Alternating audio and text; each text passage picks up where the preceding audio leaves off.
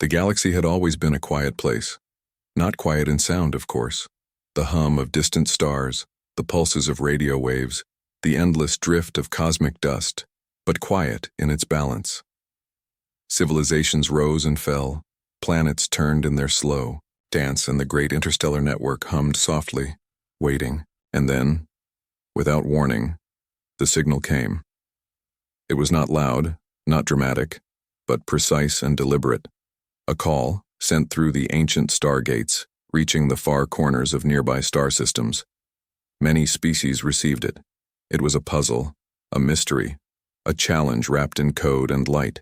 Some saw it as a threat, others as a test, and many simply ignored it. The aliens debated endlessly. They ran simulations, held councils, and sent messages back and forth across the void. Every action required layers of planning, precaution, and logic. After all, civilizations so far advanced had learned that mistakes could be costly. Weeks passed, months, still, no one moved.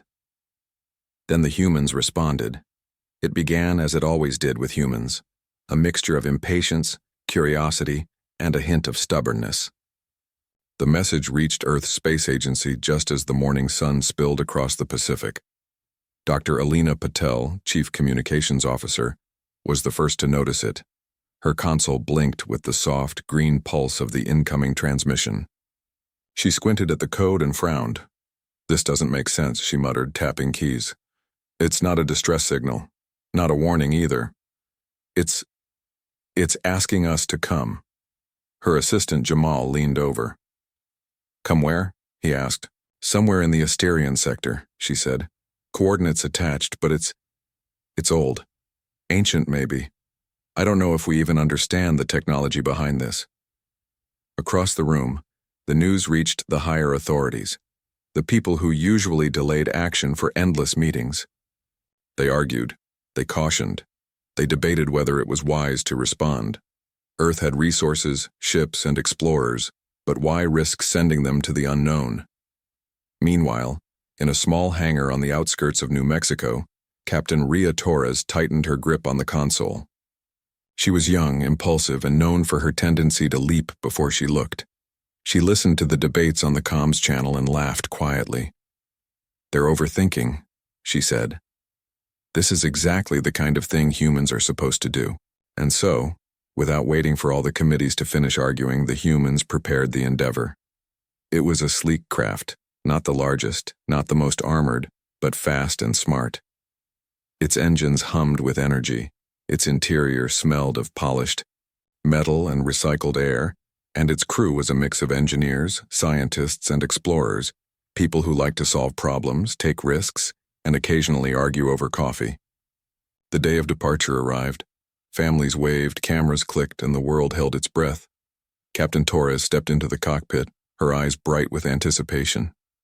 "Engage," she said, and the Endeavour slipped silently into the void. Space was vast. Stars stretched endlessly in every direction, a tapestry of light and darkness.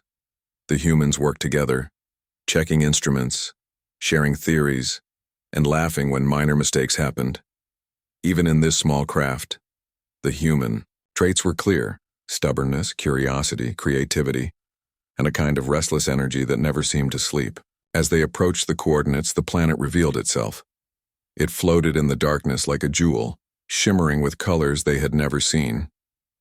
Crystalline formations rose from the surface, catching the light of a distant sun, while waves of energy danced across the atmosphere in intricate patterns.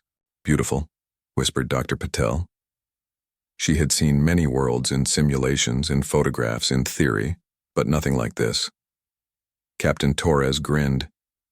"And probably tricky. That's why we're here." The ship descended slowly. Gravity was gentle, air breathable, and the surface beneath was smooth yet alive.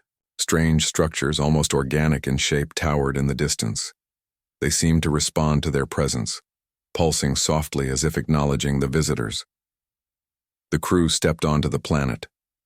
Their boots made no sound, yet somehow the ground seemed to hum beneath them.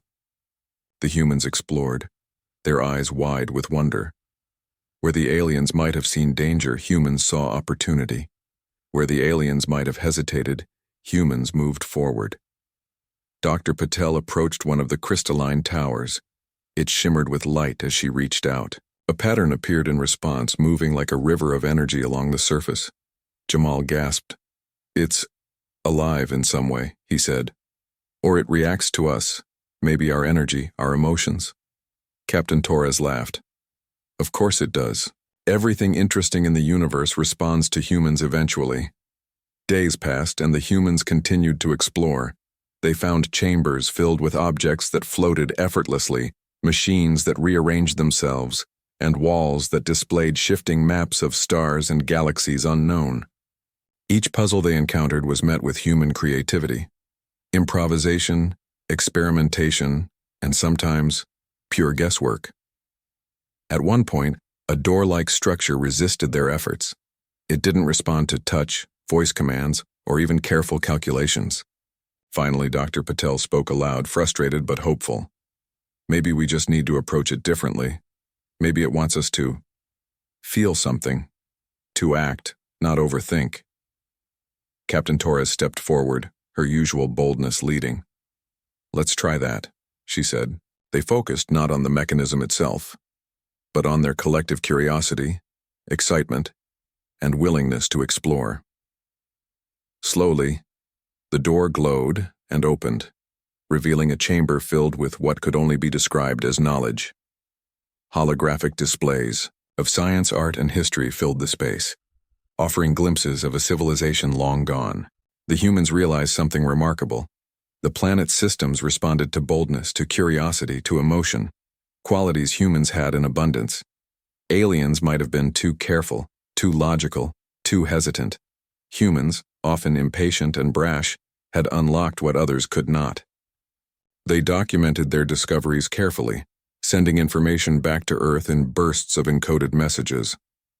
Humanity was not just exploring for itself, it was beginning to share a new understanding with the galaxy. At night, under the strange twin moons of the planet, the crew gathered around a soft glowing crystal. They laughed, shared stories of Earth, and marveled at the beauty of the unknown. For all their differences, all their quirks and arguments, they realized that this curiosity, courage, and collaboration was what made them human. And perhaps, in a galaxy full of logic and caution, that was exactly what was needed. The signal had called for someone to respond. Many waited. Only the angry, impatient, bold humans had answered. And in doing so, they had opened a door to wonders beyond imagination. Captain Torres looked at her crew and smiled. "Well," she said, "I guess being a little stubborn pays off after all." The planet pulsed softly in reply, as if agreeing. The Endeavor had only just arrived, and already humans were making their mark, not through power or force, but through creativity, courage, and the simple determination to act. The galaxy would soon notice. And humans? They would keep exploring, keep asking questions, and keep being perfectly, wonderfully human.